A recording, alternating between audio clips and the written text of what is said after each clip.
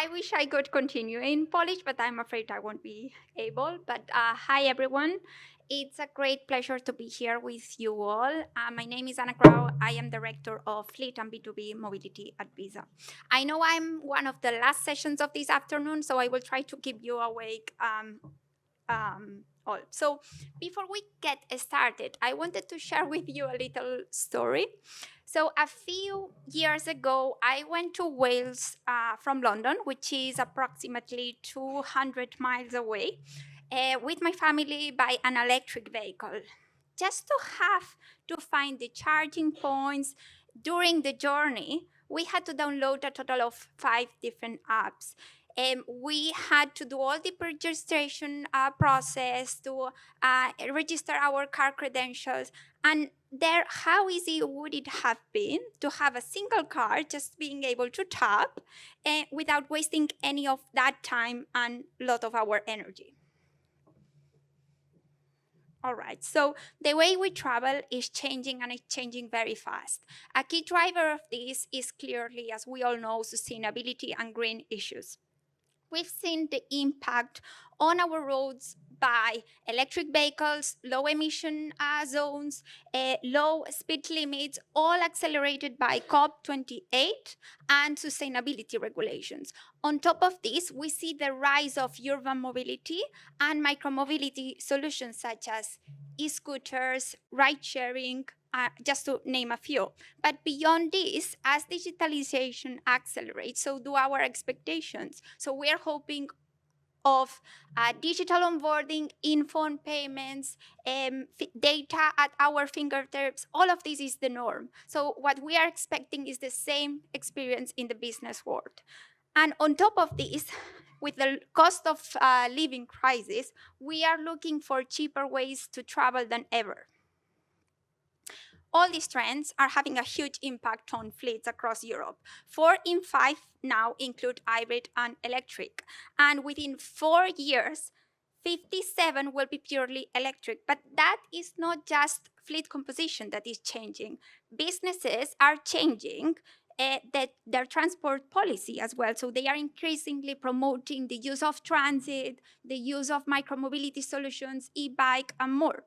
And what is expected over the 5 next years is that 65% of those businesses will be reducing the size of the fleet altogether.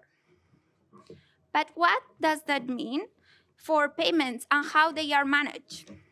Well, employees and drivers, they are having to pay for new types of transport beyond petrol and diesel, as we can see it clearly here. And they are also need to pay for things like parking, tolls, foods, beverages. And inevitably, the list of use cases in here and the list will keep growing.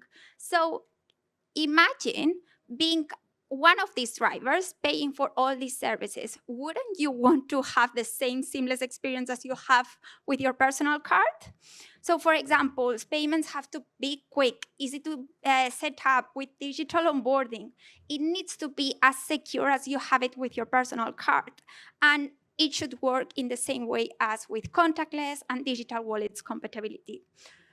While fleet managers, they are also becoming increasingly mobility managers, and that they are the ones reconciling all the spends at the end of this. What they need is an easy, intuitive solution to be able to track, manage, and control all the expenses.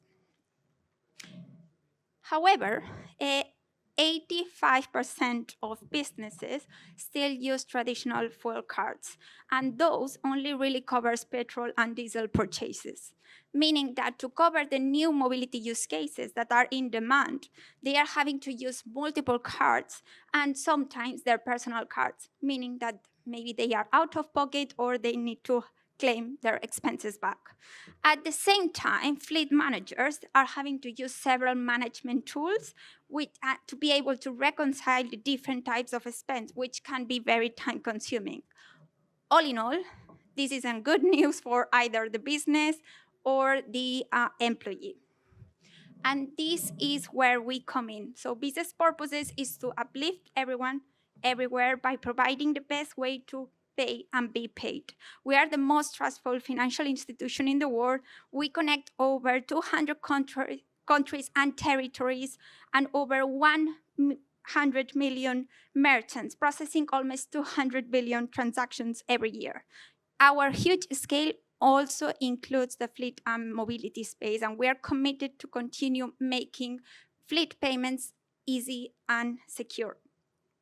But I really want to bring this to life to be able to know some of these typical use cases. So firstly, what are those typical use cases? What are the challenges involved? And then we are going to explore how Visa Fleet Card can solve this to make a more mobility seamless.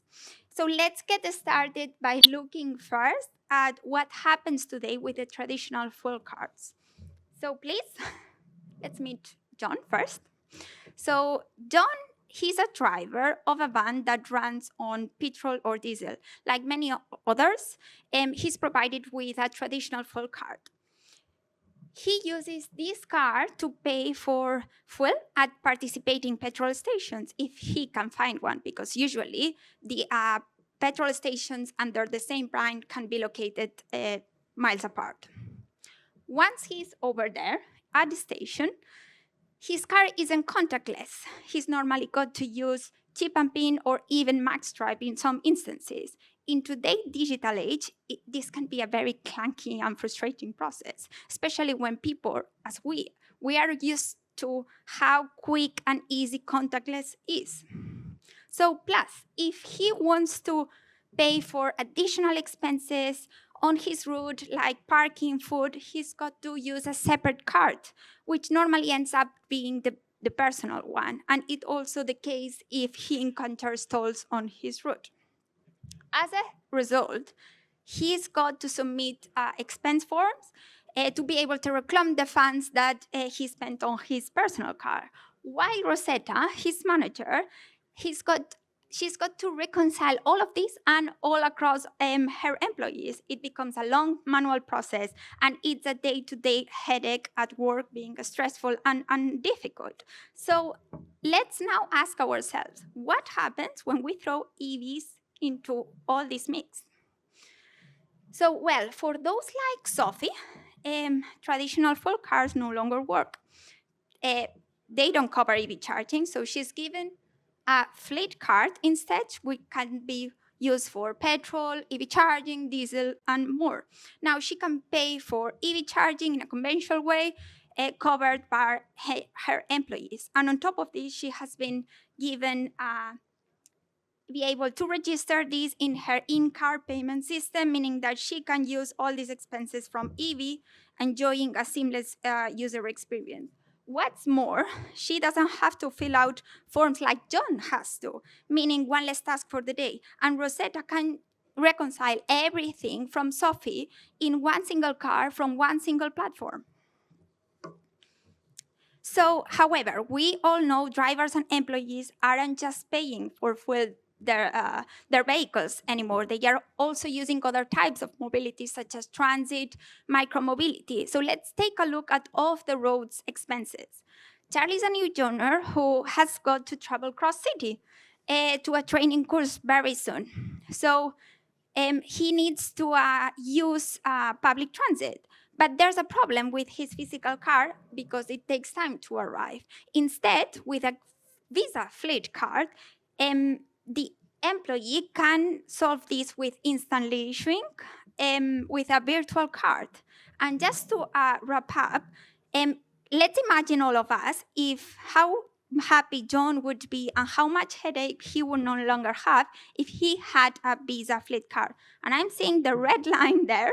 So in terms of where we are today, everything we are discussing might sound like something of the future, but at Visa we are making this possible. And we are very delighted to be partnering with all these players, and we want to explore new relationships in the space. So just to close up, if you want to ensure that all the Johns of the world can benefit from a Visa Fleet Card, please connect with me or any of our Visa colleagues during the event. Thank you so much.